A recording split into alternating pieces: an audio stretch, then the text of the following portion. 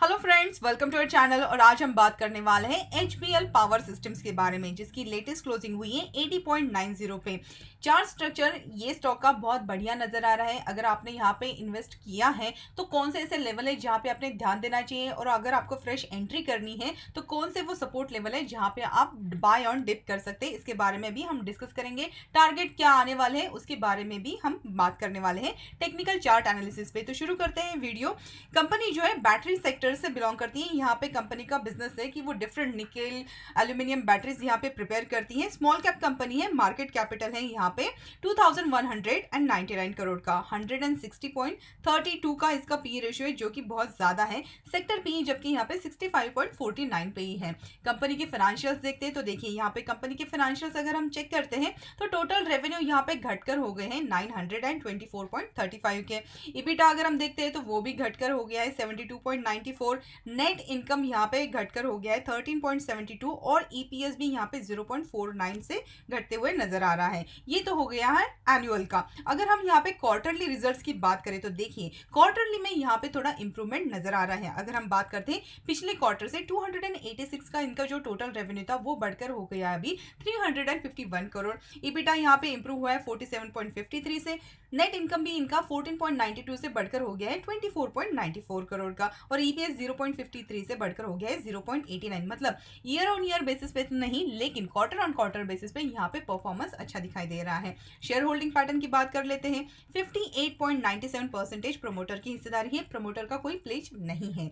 Zero mutual fund 9.32, DII FII 9.15% और retail and others यहाँ पे 22.55% की हिस्सेदारी लेकर चल रहे हैं। कंपनी के स्ट्रेंथ के बारे में बात करें तो यहाँ पे ईपीएस ग्रोथ नजर आ रही है क्वार्टर ऑन क्वार्टर बेसिस पे। जैसे कि हमने देखा यहाँ पे नेट प्रॉफिट और प्रॉफिट मार्जिन बढ़ रहे हैं, रेवेन्यू भी इंप्रूव हो रहा है। कंपनी का लो डेप्ट है, बुक वैल्यू यहाँ पे इंप्रूव होते हुए नजर आ रही है। कंपनी का जीरो प्रमोटर प्लेज है और कम यहाँ पे जो स्टॉक है उसने एक मंथ में ही 20% से भी ज्यादा गेन हासिल किए और उसी के साथ नेट प्रॉफिट मार्जिन भी यहाँ पे बढ़ते हुए नजर आ रही है। प्राइस में स्ट्रॉन्ग मोमेंटम है। वीकनेसेस की बात करें तो देखिए पिछले एक मंथ में यहाँ पे इनसाइडर ट्रेडिंग में बहुत ज्यादा टोटल शेयर जो है 1% से भी ज्यादा सेल आउट हो चुके हैं। यहाँ पे कंपनी का ईयर ऑन ईयर बेसिस पे जो लॉन्ग टर्म प्रोजेक्ट है उसका ग्रोइंग कॉस्ट यहाँ पे दिखाई दे रहा है और उसी के साथ आरओसी, आरओई और आरओए जो है पिछले 2 साल से यहाँ पे घटते हुए नजर आ रहे हैं। इनके जो कोर बिजनेस है उससे इनका जो कैश फ्लो है वो भी डिक्लाइन है, पुअर कैश जनरेटिंग है और यहाँ पे नेट कैश फ्लो में भी डिक्लाइन नजर आ रहा है। एनुअल प्रॉफिट भी पिछले 2 साल से घटते हुए नजर आ रहा है। रिटर्न रेशियोज में देखिए यहाँ पे आरओई 1.75, आरओसी 4.67 और आरओए 1.32 है। पिछले साल से अगर हम कंपेयर करते हैं घटते हुए नजर आ रहे हैं।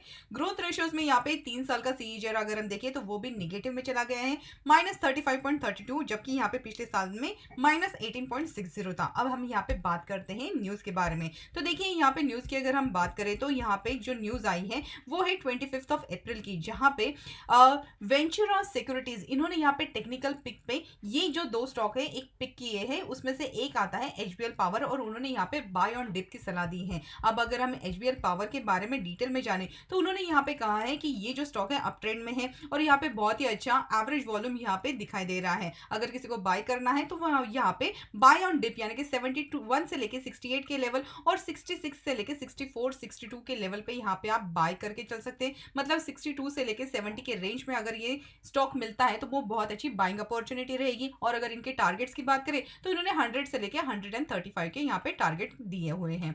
अब हम यहाँ पे बात करते हैं इसके टेक्निकल चार्ट एनालिसिस के बारे में। HBL पावर का मैंने यहाँ पे डेली चार्ट ओपन किया और जैसे कि आप देख रहे हैं यहाँ पे ये एक रेजिस्टेंस ट्रेंड लाइन बना के रखी है, जो कि पिछली बार यहाँ पे एक रेजिस्टेंस का काम कर रही थी और वहां से ये जो स्टॉक है इसमें भारी गिरावट हमें दिखाई दी। जो लो बने थे वो थे ऑलमोस्ट 9.79 रुपीज के और उसके बाद यहाँ पे एक टर्न अराउंड आया। ये जो स्टॉक है यहाँ पे देखिए एक बुलिश क्रॉसओवर बना।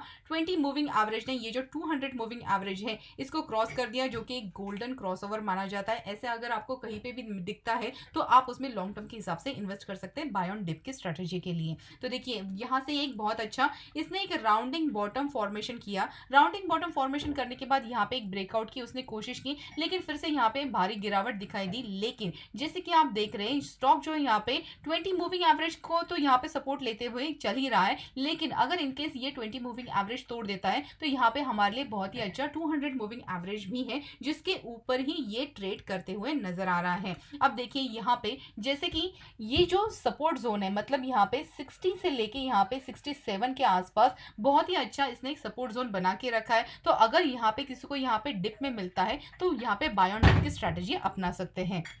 तो ये तो हो गया हमारा बाइंग का लेवल या फिर सपोर्ट का लेवल। जिन्होंने यहाँ पे ऑलरेडी नीचे के लेवल से बाइंग करके रखी है तो उनके लिए ये बहुत अच्छे सपोर्ट बन के आएंगे।